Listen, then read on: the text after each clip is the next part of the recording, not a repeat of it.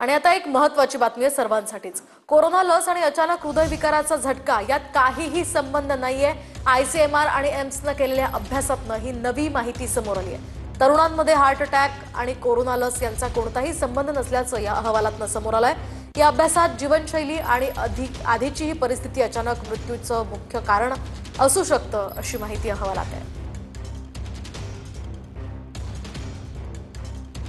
कोविड-19 नंतर वयस्करांमध्ये अचानक होणाऱ्या मृत्यूचा कोरोना लशीशी कोणताही संबंध नसल्याचं आयसीएमआर आणि एम्सच्या अहवालातून समोर आलंय। तरुणांमध्ये हृदयविकाराचा झटका आणि कोरोना लस यांचा कोणताही संबंध नाहीये। कोरोना लस आणि हृदयविकाराचा कोणताही संबंध आढळलेला नाहीये। जीवनशैली आणि आधीची परिस्थिती अचानक मृत्यूची मुख्य कारणं मानली गेली आहेत।